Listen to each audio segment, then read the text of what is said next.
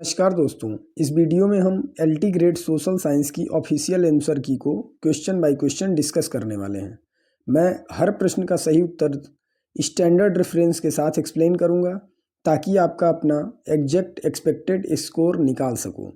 दोस्तों, ये डिस्कशन सिर्फ ऑफिशियल आंसर की पर बेस्ड है, बिना किसी गेस वर्क या फेक आंसर के। तो चलिए स्टार्ट करते हैं। क्वेश्चन नंबर 1 पूछा गया था, जुगाली करने वाले मवेशियों द्वारा एंटेरिक फॉर्मेशन के दौरान कौन सी गैस उत्पादित की जाती है या कौन सी गैस निकलती है। तो इसका जो सही उत्तर है वो है मेथेन। इसका सही उत्तर माना गया है मेथेन को। नेक्स्ट क्वेश्चन था, देश में कुल प्रयुक्त जल का उच्चतम अनुपात निम्नलिखित में से किस क्षेत्र में है। तो इसका जो सही उत्तर है वो है सिंचाई। ऑप्शन नंबर ए सिंचाई। नेक्स्ट क्वेश्चन था, संयुक्त राष्ट्र आर्थिक और सामाजिक परिषद के संदर्भ में निम्नलिखित कथनों पर विचार कीजिए। भारत को वर्ष 2026 से 2028 कार्यकाल हेतु संयुक्त राष्ट्र आर्थिक एवं सामाजिक परिषद का सदस्य चुना गया है, सही है। भारत को एशिया प्रशांत समूह हेतु चुना गया है, ये भी सही है। यानी कि ऑप्शन ए और दो दोनों सही इसका माना गया है। नेक्स्ट क्वेश्चन था, ऑपरेशन फ्लड को किसके नाम से जाना जाता है। इसका जो सही उत्तर माना गया है वो माना गया है ऑप्शन बी को, यानी कि श्वेत क्रांति। नेक्स्ट क्वेश्चन था, उस कूट का चुनाव कीजिए जो दिए गए वाक्य में रिक्त स्थानों की पूर्ति करता है। यानी कि जिस प्रकार उत्तराखंड में चिपको आंदोलन के नेता श्री सुंदरलाल बहुगुणा थे, ठीक उसी प्रकार कर्नाटक के स्पेस आंदोलन के नेता स्पेस थे। तो इसका जो सही उत्तर माना गया है वो माना गया है एपिको और पांडुरंग हेगड़े। यानी कि जिस प्रकार उत्तराखंड में चिपको आंदोलन के नेता श्री सुंदरलाल बहुगुणा थे, ठीक उसी प्रकार कर्नाटक में एपिको आंदोलन के मुख्य नेता जो थे पांडुरंग हेगड़े थे। नेक्स्ट क्वेश्चन पूछा गया था, भारत छोड़ो आंदोलन के दौरान पहला समानांतर सरकार कहाँ बनाया गया था। तो इसके आंसर में आपको कन्फ्यूजन हो सकता है। आंसर जो सही माना गया है वो माना गया है सतारा को, यानी कि ऑप्शन नंबर डी माना गया है।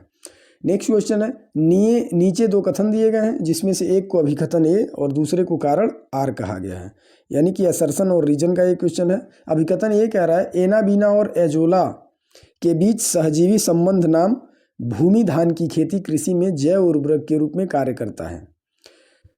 कारण आर कह रहा है, यह संबंध नाटकीय ढंग से मृदा के पीएच को बढ़ा देता है जिससे यह अधिक क्षारीय हो जाता है और इस प्रकार चावल यानी कि धान की वृद्धि जो है वो अधिक अनुकूल हो जाती है। तो इसका जो सही उत्तर माना गया है वो माना गया है ए सत्य है किंतु आर गलत है। यानी कि एना बीना और एजोला के बीच सहजीवी संबंध नम भूमि धान की खेती जैव उर्वरक के रूप में कार्य करता है। धान की भूमि की खेती में जैव उर्वरक का काम तो करता है, लेकिन यह संबंध नाटकीय ढंग से मतलब मिट्टी के पीएच को ये बढ़ाता नहीं है। केवल ए इसको सही माना गया है। नेक्स्ट क्वेश्चन पूछा गया था, भारतीय संविधान के निम्नलिखित में से कौन से अनुच्छेद में धार्मिक स्वतंत्रता की गारंटी दी गई है। तो धार्मिक स्वतंत्रता की गारंटी अनुच्छेद 25 से 28 में दी गई है। Right to religion. संसद में राष्ट्रीय ग्रामीण रोजगार गारंटी अधिनियम नरेगा कब पारित किया गया था। तो संसद में ये 2005 में पारित किया गया था। इसका जो सही उत्तर माना गया है वो माना गया है ए। नेक्स्ट क्वेश्चन था, निम्नलिखित में से कौन सा भारतीय संविधान का अभिरक्षक है। तो इसका जो सही उत्तर माना गया है वो माना गया है सर्वोच्च न्यायालय, यानी कि भारतीय संविधान का अभिरक्षक सर्वोच्च न्यायालय को माना गया है। व्यक्तिगत सत्याग्रह के पहले सत्याग्रही का नाम क्या था। तो व्यक्तिगत सत्याग्रह के पहले सत्याग्रही का नाम विनोबा भावे था। इसका ऑप्शन नंबर ए सही माना गया है। जंतु जगत का सबसे बड़ा संघ कौन सा है। तो इसका जो ऑप्शन डी वो सही माना गया है, यानी कि जंतु जगत का सबसे बड़ा संघ अर्थोपोडा को माना गया है। क्वेश्चन नंबर 13 पूछा गया था, ऑरेंज इकोनॉमी मुख्य रूप से किस क्षेत्र को संदर्भित करती है। तो 13 का आंसर जो माना गया है वो माना गया है ऑप्शन नंबर डी को, यानी कि रचनात्मकता एवं संस्कृति उद्योग को। 14 कह रहा है, आज़ाद हिंद फौज का समर्थन किया गया था। तो आज़ाद हिंद फौज का जो समर्थन किया था वो भारतीय स्वतंत्रता लीग ने किया था, यानी कि ऑप्शन नंबर सी सही माना गया है। क्वेश्चन नंबर 15 पूछा गया था कि भारतीय संविधान की प्रस्तावना में समाजवादी और धर्मनिरपेक्ष शब्दों को किस संशोधन के द्वारा जोड़ा गया था। तो भारतीय संविधान की प्रस्तावना में समाजवादी और धर्मनिरपेक्ष शब्दों को 42वें संविधान संशोधन के द्वारा जोड़ा गया था। इसका ऑप्शन नंबर बी सही उत्तर है। नेक्स्ट क्वेश्चन पूछा गया था, 2011 की जनगणना के अनुसार भारत में साक्षरता दर क्या है। तो इसका जो सही उत्तर माना गया है वो माना गया है ऑप्शन नंबर बी, यानी कि 2011 की जनगणना के अनुसार भारत में साक्षरता का दर 74% है। 17 नंबर का क्वेश्चन पूछा गया था दंत क्षय प्रारंभ हो जाता है जब मुख का पीएच मान कम होता है, किससे? तो 5.5 से जब मुख का पीएच मान कम हो जाता है तो दंत क्षय प्रारंभ हो जाता है, यानी कि दांतों का गिरना प्रारंभ हो जाता है, यानी कि इसका ऑप्शन नंबर ए सही माना गया है। अगला क्वेश्चन पूछा गया था, क्वेश्चन नंबर 18, निम्नलिखित पर विचार कीजिए तथा इन्हें सही कालानुक्रम सबसे पहले से आखिरी तक में व्यवस्थित कीजिए, यानी कि सबसे पहले कौन सा घटना घटा है, उसके बाद उसके बाद उसके बाद। तो इसका जो सही उत्तर माना गया है वो माना गया है ऑप्शन नंबर डी को, यानी कि सबसे पहले हुआ था पीएम जनधन योजना, उसके बाद स्टार्ट किया गया था पीएम मुद्रा योजना, उसके बाद स्टार्ट किया गया था स्टार्टअप योजना और उसके बाद स्टार्ट किया गया था पीएम वय बंधन योजना। नेक्स्ट क्वेश्चन पूछा गया था ईस्ट इंडिया कंपनी की कार्यप्रणाली पर संसदीय नियंत्रण किस एक्ट के बाद प्रारंभ हुआ था? तो इसका जो सही उत्तर माना गया है वो माना गया है ए, ईस्ट इंडिया कंपनी की कार्यप्रणाली पर संसदीय नियंत्रण रेगुलेटिंग एक्ट 1773 के बाद प्रारंभ हुआ था। नेक्स्ट क्वेश्चन पूछा गया था निम्नलिखित में से कौन सा युग्म संस्थान भूमिका सही सुमेलित नहीं है? तो विपणन एवं निरीक्षण निदेशालय कृषि उपज श्रेणीकरण और अंकन या प्रमाणन अधिनियम को लागू करना, ये सही है। एफसीआई का काम है गेहूं और चावल धान की खरीद करता है। सीएसीपी का काम है फसलों हेतु न्यूनतम समर्थन मूल्य की सिफारिश करता है। नाफेड जो है ये गलत है, नाफेड राष्ट्रीय जैविक उत्पादन कार्यक्रम को लागू करने वाली नोडल एजेंसी नहीं है। नेक्स्ट क्वेश्चन पूछा गया था ब्रिटिश भारत में स्थापित प्रथम विश्वविद्यालय था। तो क्वेश्चन नंबर 21 का जो आंसर माना गया है वो माना गया है कलकत्ता, यानी कि ब्रिटिश भारत में स्थापित प्रथम विश्वविद्यालय कलकत्ता में ओपन किया गया था। नेक्स्ट क्वेश्चन नंबर 22 पूछा गया था ट्रेटिकल निम्न के मध्य का संकरण है। ट्रेटिकल निम्न के मध्य का क्रॉस है गेहूं एवं राई का, गेहूं और राई को क्रॉस कराने के बाद ट्रेटिकल बनता है। नेक्स्ट क्वेश्चन पूछा गया था निम्न में से कौन सा खनिज वाष्पीकरण के परिणाम स्वरूप विशेषकर मरुस्थलीय क्षेत्रों में बनता है?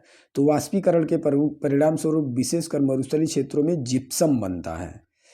नेक्स्ट क्वेश्चन पूछा गया था 24, हाल ही में किस राज्य सरकार ने ग्राम पंचायत स्तर पर अपशिष्ट प्रबंधन को बढ़ाने के लिए ग्रामीण स्वच्छता नीति RSP प्रारंभ की है? तो उत्तर प्रदेश ने ऐसा किया है, ग्राम पंचायत स्तर पर अवशिष्ट प्रबंधन को बढ़ाने के लिए ग्रामीण स्वच्छता नीति RSP प्रारंभ की है।